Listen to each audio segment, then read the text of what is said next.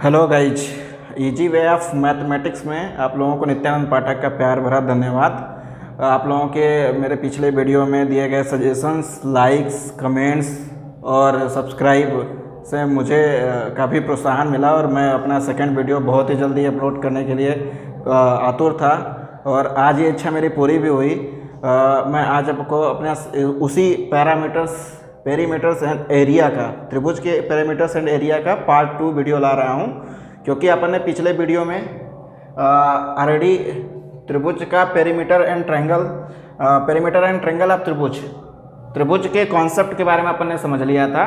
चूँकि आप जैसा कि मैंने पहले ही बता चुका हूं मैं आप लोगों को पिछले वीडियो में ही कि किसी भी टॉपिक को समझने के लिए उसके डिस्क्रिप्शन, उसके क्या कहते हैं डेरिवेशंस को समझ, कॉन्सेप्ट को, किसी भी मैथ में अगर आपको इजी वे में जाना है उसके कॉन्सेप्ट को समझ लिया आप, तो चाहे आप कोई भी एग्जामिनेशन दे रहे हो, बोर्ड का एग्जामिनेशन दे रहे हो या फिर आप किसी एंट्रेंस परीक्षा में बैठ रहे हो, अगर आपको किसी भी टॉपिक का फुल कॉन्सेप्ट पता है तो आप ईजिली वे में उसका आंसर कर सकते हैं। और अपन उसी के लिए अपन यहाँ पे क्या कहते हैं एकत्रित हैं और मैं आप लोगों को पढ़ा रहा हूँ कि अपन उस वे में समझें चीज़ों को, कॉन्सेप्ट बाई कॉन्सेप्ट देखें, ताकि कोई समस्या हो ही ना अपन को आने वाले परीक्षा के लिए, फर्दर एग्जामिनेशंस, आप प्रिपरेशन एग्जाम्स के लिए और बोर्ड एग्जामिनेशंस के लिए।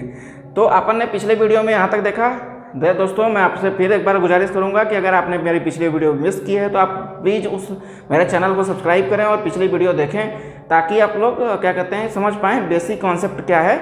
और कॉन्सेप्ट मैं पेरीमीटर्स एंड एरिया अभी कवर कर रहा हूँ ट्रायंगल का, बट मैंने आपको कॉन्सेप्ट त्रिभुज का भी दिया है, जबकि मैंने बोला कि मैं त्रिभुज के लिए स्पेशल एक वीडियो बनाऊंगा जहां मैं पूरी प्रॉपर्टी त्रिभुज की समझाऊंगा। नो डाउट वहाँ त्रिभुज के और सारे भी प्रॉपर्टीज हैं, बहुत सारे प्रमेय हैं जिनको अपन सिद्ध करना है, ताकि क्लास 10th के बच्चे जो सर्वांगसम, समरूपता, ये सब पे आधारित क्वेश्चन हैं उसको हल कर सकें। बट अभी मैं यहाँ पर टॉपिक कवर करूँगा perimeters and area. Perimeters and area के लिए मैं आपको एक बेसिक व्यू दे रहा था त्रिभुज का। पिछले वीडियो में मैंने काफ़ी डिटेल्स दिया है, टाइप्स ऑफ त्रिभुज की प्रॉपर्टी, बेसिक्स रिक्वायरमेंट क्या है त्रिभुज बनाने की, और उसके संदर्भ में मैंने प्रकार भी मैंने दोनों साइड से लिए कि साइड्स के आधार पर कितने प्रकार हैं, कोण के आधार पर कितने प्रकार हैं, और अपन ने उस पर विषम बाहु त्रिभुज एस्केलेन ट्रायंगल ऑलरेडी समझ रखा है। इसका पेरीमीटर एंड एरिया देखा, अपन हीरोज लॉ देखा, हीरोज लॉ का कॉन्सेप्ट देखा कि जब कभी हाइट ना हो, तीनों साइड्स हैं, तो फिर कैसे रहेंगे, उसका डेरिवेशन देखा, हीरोज लॉ की कॉन्सेप्ट को समझा। और यहाँ पे अपन विषम बाहु त्रिभुज की बात करें तो अपन ने पिछले वीडियो में देख रखा है। अगर आप वहाँ तक देख चुके हैं तो अपन जुड़ जाएंगे। मैं इतना बताने का मेरा पर्पज सिर्फ इस वीडियो में इतना था कि आप एक बार इस टॉपिक से जुड़ पाएँ कि हाँ, हम पिछले वीडियो से इसमें आगे कवर कर रहे हैं और मैं उसी मनोदशा से आपको पढ़ाऊंगा। तो मैं अभी देखूँ दोस्तों, तो विषम बाहु त्रिभुज ऑलरेडी अपन ने कवर कर लिया पिछले वीडियो में। Kindly go there and subscribe the channel and take the reference from there to understand the scalene triangle, विषम बाहु त्रिभुज। अभी यहाँ अपन दो टॉपिक समझेंगे, समद्विबाहु त्रिभुज और समबाहु त्रिभुज। तो समद्विबाहु त्रिभुज के लिए अपन को प्रॉपर्टी देखेंगे कि प्रॉपर्टी होती क्या है और समद्विबाहु त्रिभुज की कुछ विशेषताएं क्या हैं। उसके बाद अपन समझेंगे इसका पेरीमीटर, इसकी एरिया कैसे निकालेंगे, और फिर उसके बाद सेम अपन कॉन्सेप्ट समबाहु त्रिभुज के लिए देखेंगे, इक्विलैटरल ट्रायंगल के लिए। ये साइन ट्रायंगल का है तो आप इस पर बिल्कुल भी कन्फ्यूज ना हो। तो अपन देखते हैं पहले से यहाँ पे एक त्रिभुज अपन ने बना रखा था, बट मैं एक बार फिर से आप लोगों के सामने इसको बनाने जा रहा हूँ ताकि आप शुरू से समझ सकें कि क्या है। तो समद्विबाहु त्रिभुज, जैसा आप नाम से ही देख रहे हैं, समद्विबाहु मतलब दो भुजा सम बाहु त्रिभुज। तो आइसोस्केलस टेम्परेचर में ये पहली प्रॉपर्टी अपने नाम से ही क्लियर है हिंदी में, तो कि इसकी दो भुजाएं समान रहेंगी। और आप त्रिभुज के पॉइंट्स को कैसे डिनोट करते हैं, कैपिटल लेटर से करते हैं, ये आपको मैं पिछले वीडियो में बता चुका हूँ। त्रिभुज की भुजाओं के लिए स्मॉल लेटर का प्रयोग करते हैं, ठीक है। एंगल्स के लिए आप कुछ भी ABC, अल्फा, बीटा, गामा कुछ भी प्रयोग कर सकते हैं। तो अगर ये कोई भुजा है AB, इसको अपन A से डिनोट करते हैं, BC को B से और CA को C से डिनोट करते हैं। तो समद्विबाहु त्रिभुज होने की प्रॉपर्टी क्या होगी फर्स्ट दोस्तों, A = B, यानी AB बराबर है AC के। अगर ऐसा कोई कॉन्सेप्ट त्रिभुज में दे रहा है या परीक्षा में कोई क्वेश्चन ऐसे आ रहे हैं कि एक भुजा दूसरी भुजा के समान है, आपको तुरंत 1 सेकंड में क्लिक हो जाना चाहिए कि भाई ये समद्विबाहु त्रिभुज है। यहाँ पे अपन जितने भी फॉर्मूला लगाएंगे समद्विबाहु त्रिभुज का लगाएंगे। A = B है, A = B, A = C है, जहाँ B इसका बेस है। बेस हमेशा डिफरेंट होगा समद्विबाहु त्रिभुज में।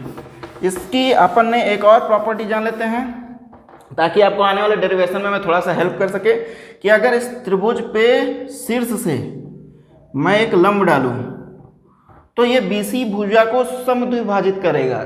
समद्विभाजित मतलब इसको आधे आधे में बांटेगा। अगर ये टोटल लंबाई B है तो ये B/2 होगी, ये भी B/2 होगी, और इस डाले गए लंब को अपन H से यहाँ डिनोट करेंगे कि ये H है। तो अपन ने भी समझ लिया, मैंने पेरीमीटर्स के लिए पहले भी बताया है, पेरीमीटर्स की साधारण अवधारणा है परिमाप किसी भी ज्यामितीय आकृति की टोटल लंबाई जो होती है उस आकृति का परिमाप कहलाती है। तो इस व्यू में अगर अपन देखें परिमाप समद्विबाहु त्रिभुज अपन अभी पढ़ रहे हैं, तो डोंट कंफ्यूज फॉर दैट। अपन अभी समद्विबाहु त्रिभुज ले रहे हैं, इसके बाद समबाहु त्रिभुज लेंगे। तो परिमाप अगर मैं देखूं आइसोस्केलिन ट्रायंगल का परिमाप अगर मैं देखूं तो यहाँ से यहाँ तक की लंबाई C, फिर प्लस करेंगे AB equal to A plus BC equal to B, total लंबाई इतनी हुई। चूंकि ये एक समद्विबाहु त्रिभुज है तो A इक्वल टू C के, then we can see that कि टोटल परिमाप होगा 2A plus B। This is the total perimeter of the समद्विबाहु त्रिभुज। मुझे नहीं लगता कि इसमें ऐसा कुछ कॉन्सेप्ट है जो आप लोगों को समझ नहीं आया। ये एक इजी है, अगर आपका परिमाप पूछता है कहीं भी तो आपको सिंपल ले लेना है। सेम अगर इसी चीज पे अगर आते हैं अपन इसके एरिया के लिए कि आइसोस्केलिन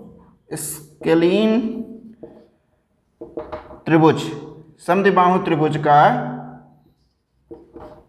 एरिया,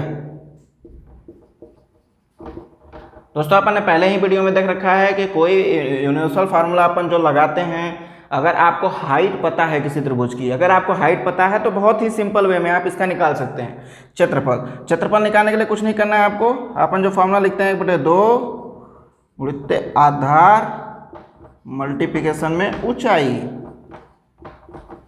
ये इसका क्षेत्रफल होगा। लेकिन इसमें कंडीशंस क्या है, आपको ऊंचाई पता होनी चाहिए त्रिभुज का। बेस आपको पता है, ऊंचाई पता है, आप सिंपल मान रखोगे 1/2, आधार इसका B है इंटू इसकी ऊंचाई H है, आप यहाँ से अपना आंसर प्राप्त कर लोगे।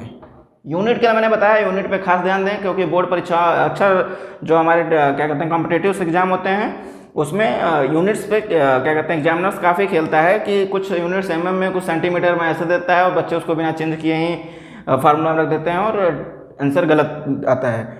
तो उस पर आप विशेष ध्यान दें, खासकर क्या कहते हैं कि आप जब कॉम्पिटिटिव एग्जाम की तैयारी कर रहे हैं। अब इसी त्रिभुज में अगर दोस्तों अपन को ऊंचाई न दी रहे, अगर ऊंचाई नहीं दी है, फिर आप परेशान हो जाएंगे, सर आपने जो फार्मूला बताया वो तो ऊंचाई थी, अभी तो इस क्वेश्चन में ऊंचाई दी ही नहीं, तो अपन कैसे निकालें।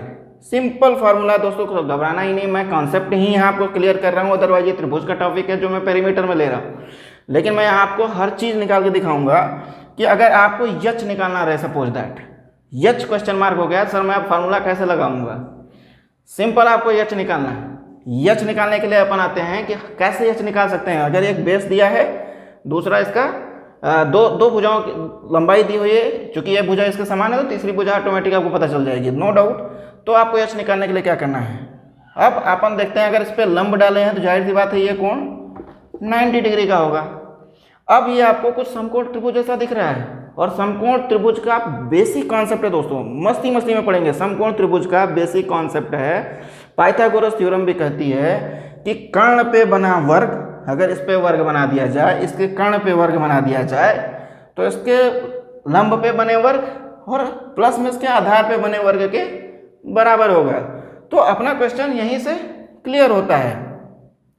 तो अगर मैं देखूं इसमें पाइथागोरस प्रमेय के लिए H का मान निकालना है अपन को, तो अपन लगाते हैं, इसमें लिख भी देता हूं दोस्तों ताकि आपको कोई परेशानी ना हो, आप साथ साथ जुड़े रहिए। पाइथागोरस थ्योरम, ये थ्योरम क्या कहती है कि कर्ण पे बना वर्ग शेष दो भुजाओं पे बने वर्गों के योग के बराबर होता है। शेष दो भुजाएं, अगर ये पूरी भुजा B है, ये इसको समद्विभाजित करता है तो ये B/2 हो गया, B/2 का स्क्वायर प्लस में H का स्क्वायर।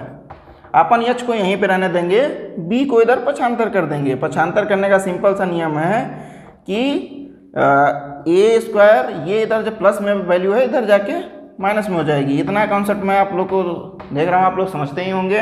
सेम अगर इसको मैं थोड़ा सा हल करूँ तो ये इक्वल टू हो जाएगा ए स्क्वायर में प्लस में माइनस में बी स्क्वायर बटे 4, और मैं इसको डेरिवेट करता हूँ थोड़ा सा, तो ये कुछ नहीं कर रहे हैं अपन, इसके बीच हर को एक मार रहे हैं और तिर्यक मल्टीप्लिकेशन कर रहे हैं। इस सिंपल से प्रमेय को जोड़ने घटाने का तरीका है। ये भी अपन सरलीकरण में देखेंगे, जाहिर सी बात है चैप्टर बाई चैप्टर चल रहे हैं अपन, तो ये भी देखेंगे। बट आप यहाँ कॉन्सेप्ट समझिए कि सरलीकरण अपन कर रहे हैं, इसका बेस एक मान लिया या इसका तिर्यक इसका मल्टीप्लिकेशन कर रहे हैं, तो ये हो जाएगा 4a स्क्वायर माइनस में बी स्क्वायर ऑब्लिक 4। अगर मैं अब यहीं दोस्तों यहाँ पे लिखूँ एच इक्वल टू, तो जब यहाँ से मैं स्क्वायर हटाऊंगा तो करणीय घातांक में मैं आपको पढ़ाऊंगा, करणीय घातांक में पढ़ाऊंगा, जब भी यहाँ से स्क्वायर हटता है तो ये दूसरे साइड की वैल्यू रूट में आ जाती है। तो 4a square minus B square oblique 4, चूँकि 4 कर्ण से निकालने के क्या कंडीशंस हैं, बहुत सिंपल है कि अगर कोई दो पेयर बन जाता है, ऐसा संख्या जिसकी दो पेयर बन रही है, जिसका कोई वर्ग हो, वो संख्या निकल जाती है। तो सिंपल है ये, अगर अपन इसको देखें तो 2 इंटू 2 एक पेयर बना रहा है किसका, 2 का। तो सिंपल अपन इसको देखें तो 1 2 बाहर निकल जाएगा, तो इसमें एच इक्वल टू 1/2 रूट में 4a square minus B square. This is the value of A. आप इसे अगर रिमेंबर रख रहे हैं, सिंपल ए और बी की वैल्यू अगर आपको पता है तो आप एच का मान निकाल सकते हैं।